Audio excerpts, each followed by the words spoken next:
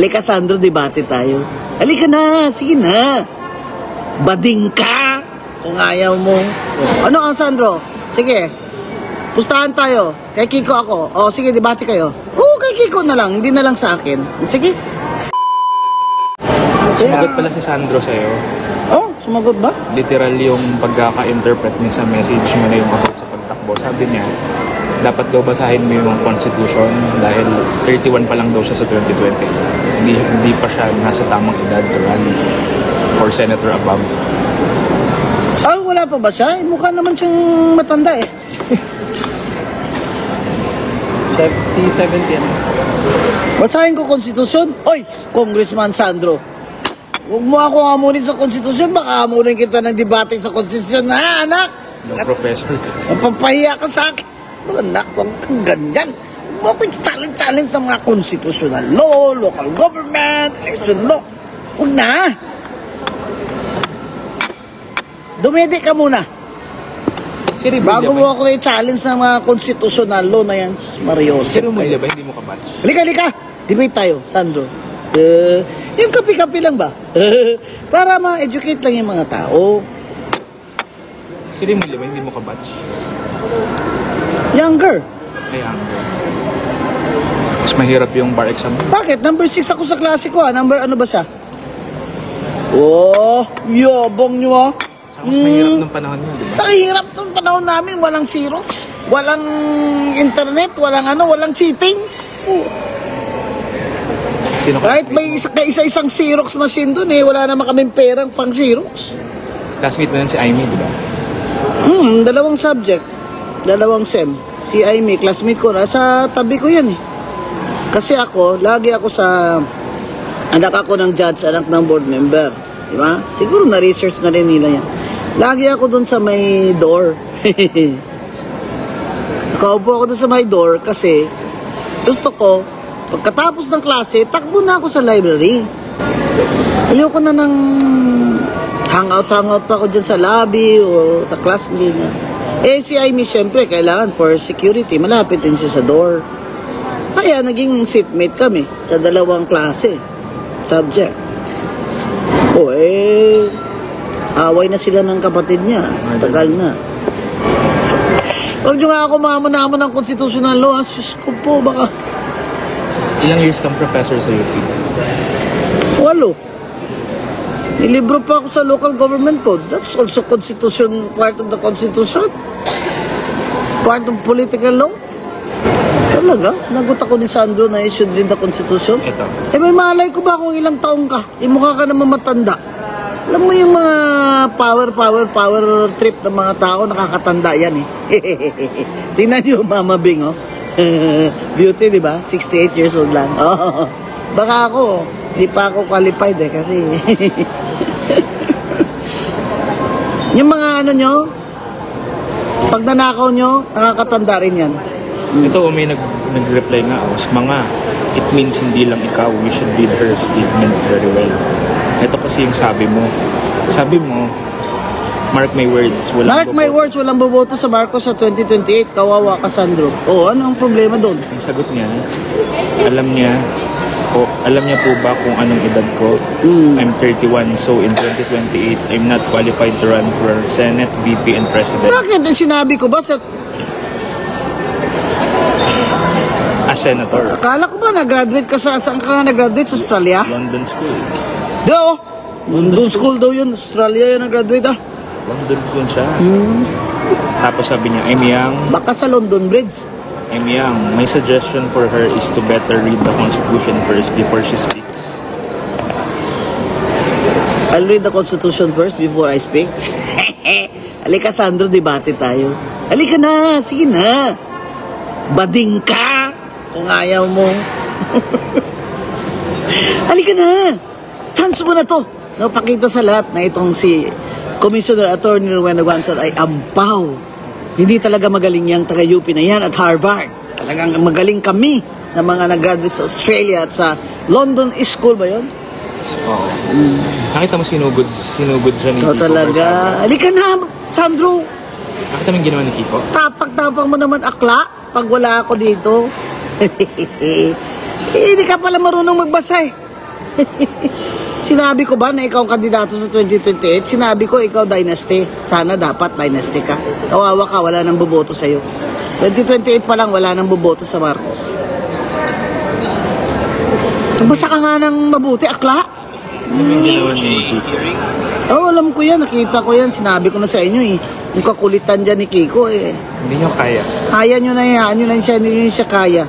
Oh. Ano ang Sandro? Sige. Pustahan tayo. Kay Kiko ako. Oh, sige, debate kayo. Oo, kay Kiko na lang. Hindi na lang sa akin. Sige. Hindi na lang sa akin. Kay Kiko ka na lang makipagdebate. Pero ako ang coach. Ako ang coach. Oh, di ba? Hihitakinan nyo. Ang ama nyo. Para kayo. Ang tatapang nyo pag hindi nyo ako kaharap. Lika, suntukan tayo. Doon sa plug pole ng yung sa oblation. Lika. 47,000. Kaya si Kiko, sabi nyo, sira ulo. Masira ulo ng mamabing nyo. Kaya ako, wag nyo ako hamun-hamunin ha. At ako'y Sa Constitution. suicidal na ako. Ang buhay itong gobyernong ito. Makakapatay ka talaga ng tao eh. Kaya ako, wag nyo ako hamun-hamunin. Maduwag kayo. Narinig ko doon chant sa EDSA, loko mga bata yun. Dati chant namin yung kay Marcos eh. Martin magnanakaw, sabi ng mga bata. Dati kinakanta namin yun eh. It's Mindiola, lagi ako doon. Oh, alam mo ba yun, Sandro? Mag-rally kami kontra kay Ferdinand Marcos na lolo mo. Marcos magnanakaw. Marcos magnanakaw. Marcos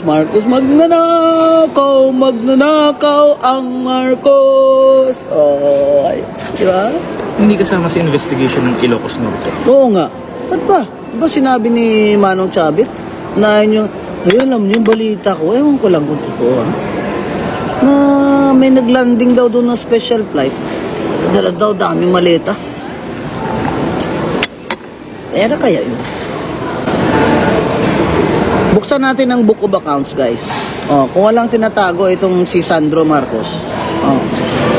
Buksan din natin magkano infrastructure niya. Hindi nga kailangang buksan eh. Doon mismo sa house. Pwede naman tayong pumunta ng DPWH. Hindi ba? Sa website. Sige nga, paki-research nyo nga. Mga bata, i-research nyo. Magkano ang infrastructure fund ng Ilocos Norte. First district na. First district na si Sandro. Ano? Sandra? Sandro Ito lang. talaga? Sandro lang. Sandro lang ang congressman. At saka, magkano ang allowance ng mga deputy speaker dyan? Oh.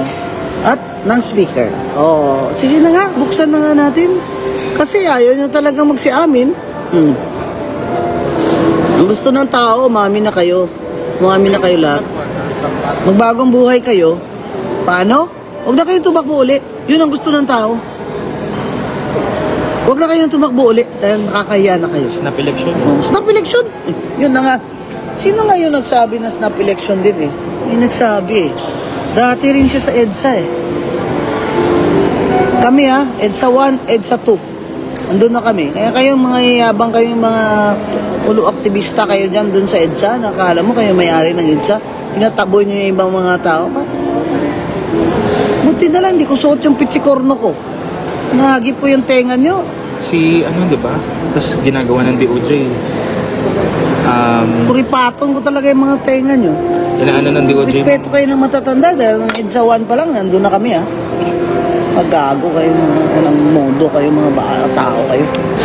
Kaya, hanggang sa susunod na live natin mga anak, bantayan nyo mga district nyo. Mag-demand kayo. Punta kayo sa DPWH office dun sa district nyo. Mag-demand kayo, buksan nila ang libro. At i-video ninyo. I-post ninyo. Sige. Karapatan nyo yan. The Constitution says, oy, Sandro, the Constitution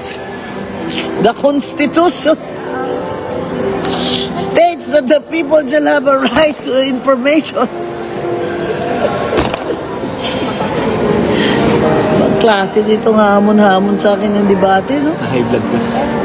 Oo nga. High blood tuloy ako. Ayaw ko kasi yung yayabang nyo. Mag-abogado muna kayo. Hamon-hamon kayo ng konstitusyonalo sa mga abogado at mga profesor. Diyan nagagalit si Miriam lagi. Mas marunong pa yung ng lawyer. Tapang ngapog nyo, ha? Akala mo kung sino kayong pa-English-English lang kayo dyan. Akala nyo magaling na kayo sa amin. Kung buhay ko yata, antay Marcos ako eh. Tapos, pangatlo ka na. Hindi wala nang bumoto sa Marcos kahit na yung bumoto sa Marcos noon. Kasi bumoto kayo na Marcos, kayo mga loyalista, tapos sino ang talagang naghari? Si Romualdez. Oo. Nabudol din kayo. Yung mga Duterte, nabudol din. Kaya, mag-isip-isip na kayo, kayong mga Marcos loyalist kayo, na wala nang kagaya ni Ferdinand Marcos. Budol na ito ngayon, itong mga anak at apo, budol na. Tsaka ang ganda Na kayong bumoto ng Marcos. Sabi mo noon, si Marcos senior lang magnanakaw, ngayon lahat na. Oo naman. Kagaling niya, ah. Dati siya lang magnanakaw. Diba? Natagurian pa nga na Guinness Book of Records, the most corrupt government in the history of ever, and forever. Ferdinand Marcos. Pero walang ibang magnanakaw, siya lang. Mga general, pinag-aaway-aaway niya. Mga kabineto niya, pinag-aaway-aaway niya. Takot sa kanya, Takot sa kanya kasi very bright talaga yung... UP yun eh. Ngayon? UP College of Law, number 1 sa bar. Ngayon, Ngayon, pati kapitan, SK. pati barangay captain at SK, kanya-kanyang kurakot na eh. Lalo na itong mga congressman. Binigyan na yun ng power. O na. Yung SK sa Manila, Kaya kayo, Sandro Marcos, ikaw, wala ka sa kalingkingan ng kuko sa paa ng lolo mo. Huwag ka na mag-ambisyon dyan, mag-presidente ka pa. Ayan, ang payo ko sa inyo, you go to your DPWH office near you and demand that you take a picture, video of the records there, and then we can analyze it. Ay, bongga. Ganyan pala yung tsura nito. Oh. Yan. Yan ang gusto mong presidente. Oh. Charis. Wala na. Mga Marcos loyalist, di na boboto sa iyo. Wala na. Wala nang kagaya ni Ferdinand Marcos.